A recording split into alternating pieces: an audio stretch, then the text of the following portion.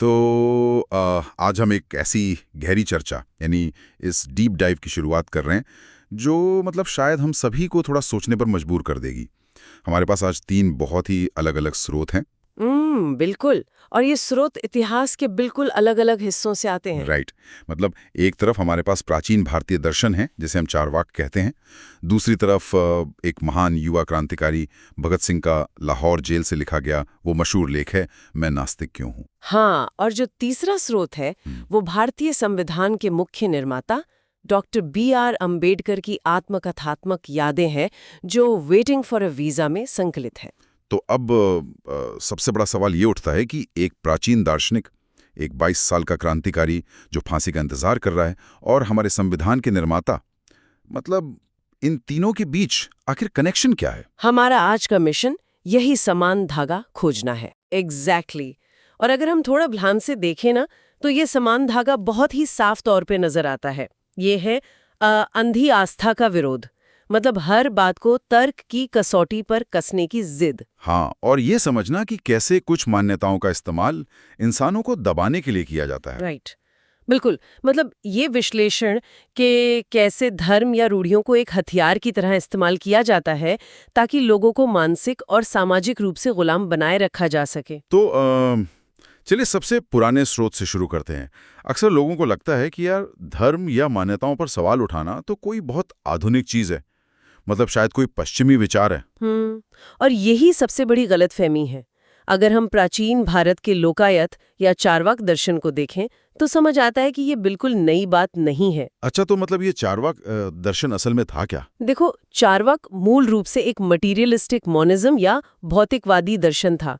उनका सीधा सा उसूल था कि ज्ञान का सिर्फ एक ही सच्चा स्रोत है और वो है प्रत्यक्ष अनुभव। प्रत्यक्ष अनुभव, यानी जो सामने है बस वही। हाँ, मतलब जो आप अपनी 5 इंद्रियों से देख सकते हैं, सुन सकते हैं, छू सकते हैं, बस वही सच है। उन्होंने पुनर्जन्म, स्वर्ग, नरक, आत्मा और ईश्वर, इन सभी को पूरी तरह से नकार दिया था। Okay, let's unpack this. तो ये तो प्राचीन समय का एक तरह से फैक्ट चेकिंग सिस्टम हो गया। मतलब जैसे आज हम इंटरनेट पर कहते हैं ना, पिक्स और इट डिडंट हैपन, कि भाई बिना सबूत के नहीं मानेंगे। तो चारवाक भी यही कह रहे थे कि जो आंखों से दिखेगा सिर्फ वही सच है। बहुत सही कहा आपने, एग्जैक्टली यही बात है। और दिलचस्प बात यह है कि ये सोच यूनान के प्राचीन विचारकों जैसे थेल्स और एनेक्सिमेंडर से काफी मिलती जुलती है। वे भी दुनिया को एक ही भौतिक मूल तत्व से बना हुआ मानते थे। ओहो, तो मतलब ये ग्लोबल फिनोमेना था उस वक्त। लेकिन चारवाक का मुख्य उद्देश्य क्या था इसके पीछे?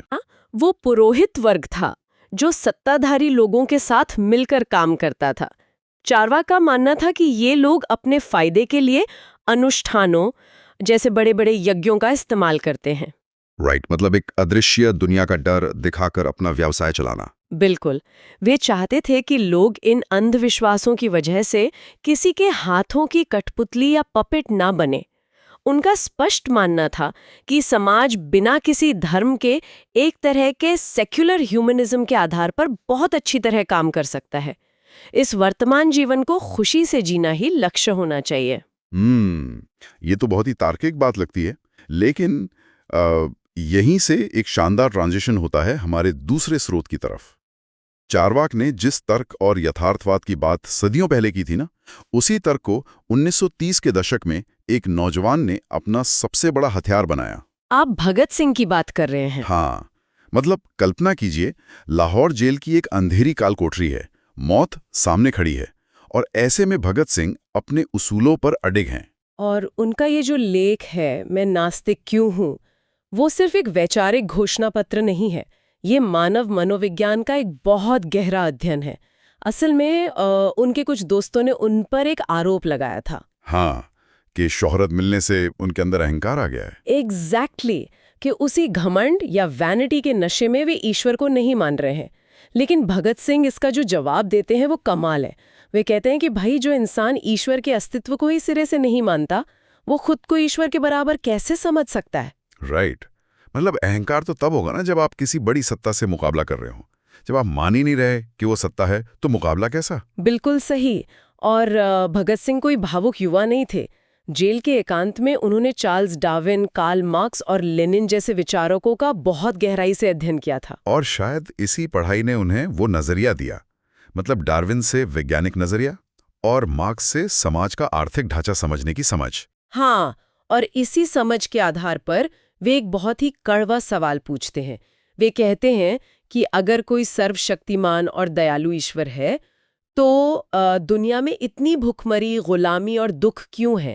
ये तो दार्शनिकों का बहुत पुराना सवाल है, द प्रॉब्लम ऑफ इविल। बिल्कुल। और भगत सिंह इसे समझाने के लिए नीरो और चंगेज खान का उदाहरण देते हैं।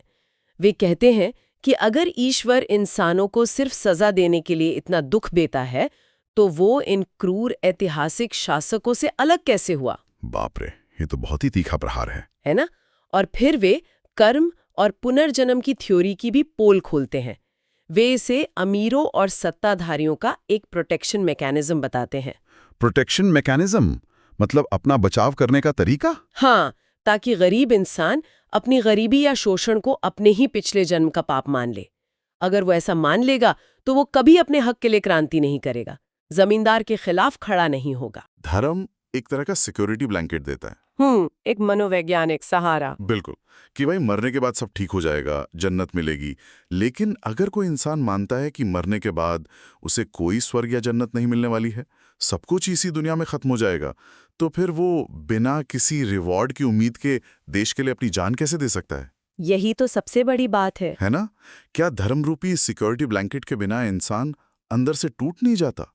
फांसी के तख्ते पर बिना डरे कैसे खड़ा रह सकता है कोई? और यहीं पर भगत सिंह का असली करेज, उनकी असली हिम्मत दिखाई देती है। उन्होंने बिना किसी परलौकिक भ्रम के यथार्थ को स्वीकार किया। मतलब उन्होंने उस सिक्योरिटी ब्लैंकेट को पूरी तरह से ठुकरा दिया। बिल्कुल। उनका मानना था कि उनकी छोटी सी जिंदगी और उनका ये जो संघर्ष है ना, वही उनका असली रिवॉर्ड है। उनका फोकस मरने के बाद की दुनिया पर नहीं था, बल्कि इसी दुनिया को, इसी समाज को बेहतर बनाने पर था। वाह, ये यथार्थवाद सच में बहुत ऊंचे दर्जे का है। लेकिन भगत सिंह ने जिस बात की चेतावनी दी थी कि धार्मिक थ्योरीज और जाति का इस्तेमाल लोगों के शोषण के लिए किया जाता है, अब हम देखते हैं कि जब ये मान्यताएं असल जिंदगी में उतरती हैं तो क्या होता है। हाँ, और इसके लिए हमारे पास डॉक्टर B.R. अम्बेडकर के संस्मरणों से बेहतर कोई स्रोत नहीं हो सकता। वेटिंग फॉर ए वीजा में उन्होंने जो लिखा है वो कोई थ्योरी नहीं है, वो उनका अपना जिया हुआ सच है। बिल्कुल, और ये सच बहुत ही क्रूर है। मतलब बचपन की उस कोरेगांव यात्रा वाली घटना को ही ले लीजिए। जहां स्कूल में उन्हें पानी पीने तक का अधिकार नहीं था। हाँ, स्रोत में एक लाइन है, चपरासी नहीं तो पानी नहीं। मतलब एक छोटे बच्चे को प्यास लगी है, लेकिन वो खुद जाकर नल नहीं खोल सकता, क्योंकि वो एक अछूत है। पानी तभी मिलेगा जब सवर्ण चपरासी आकर नल खोलेगा। और अगर चपरासी नहीं आया तो पूरे दिन प्यासा रहना पड़ेगा। सोचिए, एक बुनियादी प्राकृतिक जरूरत पर भी एक धार्मिक मान्यता का पहरा है। और इतना ही नहीं, उनके घर में कपड़े धोने और बाल काटने तक के लिए उनकी बहन को काम करना पड़ता था, क्योंकि गांव का कोई नाई या धोबी उनके परिवार का काम नहीं करेगा। ये सुनकर सच में रोंगटे खड़े हो जाते हैं। और अगर किसी को लगता है कि ये सिर्फ गांव की बातें हैं या पढ़ाई लिखाई से ये सब खत्म हो जाता है, तो अंबेडकर का बड़ौदा वाला अनुभव इस भ्रम को भी तोड़ देता है। ओहो, वो बड़ौदा वाली घटना। मतलब वो इंसान अमेरिका के कोलंबिया यूनिवर्सिटी से उच्च शिक्षा प्राप्त करके आया है, एक बड़ा अधिकारी बन गया है, लेकिन फिर भी बड़ौदा में रहने के लिए उन्हें कोई जगह नहीं मिली। कोई होटल, कोई सराय उन्हें कमरा देने को तैयार नहीं था। और फिर मजबूरी में उन्हें एक पारसी सराय में झूठा नाम रखकर रहना पड़ा। हाँ, और जब उन लोगों को सच्चाई पता चली तो डंडों से लैस एक बेकाबू भीड़ ने उन्हें बेइज्जत करके वहां से निकाल दिया। ये घटना बहुत कुछ साफ कर देती है। राइट, मतलब ये दर्शाता है कि एक व्यक्ति जो हिंदू के लिए अछूत है, वो एक पारसी के लिए भी अछूत है।